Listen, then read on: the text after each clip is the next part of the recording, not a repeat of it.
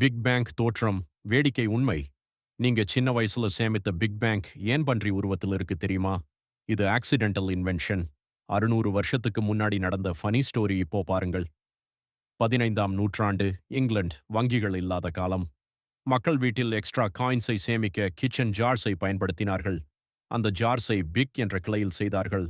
Big என்பது சாதாரண மண்பானை தயாரிக்கும் கிளை. வேடிக்கை இங்கேதான். பிக் கிளை ஜார்ஸை பிக் பேங் என்று அழைத்தார்கள்.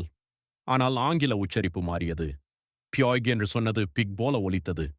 19ஆம் நூற்றாண்டில் பாட்டர்ஸ்கள் பிக் பேங் என்று கேட்டதும் பன்றி உருவத்தில் தயாரிக்க ஆரம்பித்தார்கள். ஆக்சிடென்டல் விஷுவல் பன். உண்மையில் முதல் பிக் ஷேப்ட் பேங்க்ஸ் 14ஆம் நூற்றாண்டு ஜாவா ஐலண்டில் டெராகாட்டா ஆக உருவானது. ஜெர்மனியில் பிக்ஸை குட் ஃபார்ச்சூன் சிம்பலாக கருதினார்கள். 13ஆம் நூற்றாண்டு ஜெர்மன் பிகி பேங்க் கூட கிடைத்திருக்கு. பன்றி என்பாது செழிப்பு என்று நம்பினார்கள். முன்பெல்லாம் பிக்கி பேங்கை உடைக்காமல் பணம் எடுக்க முடியாது. Kill the pig to get the money என்று கூட சொன்னார்கள். இன்று ரப்பர் ஸ்டாப்பர் இருக்கு. ஆனால் பழைய காலத்தில் உடைத்துதான் சேமிப்பை எடுப்பார்கள். உண்மையான பன்றியைப் போல. பாடம்: சிறிய தொகையை தினமும் சேமிப்பது பெரிய செல்வத்தை உருவாக்கும். காம்பவுண்ட் இன்ட்ரெஸ்ட் போல பிக்கி பேங்கை போல சீராக சேமியுங்கள். ஃபோமோ செலவுகளை தவிர்த்து எமர்ஜென்சி ஃபண்ட் உருவாக்குங்கள். இன்றைக்கு டிஜிட்டல் ஆப்ஸை பயன்படுத்தி சேமியுங்கள். இப்படித்தான் பிக் பேங் உருவானது. ஒரு மொழி மாற்றத்தின் வேடிக்கை.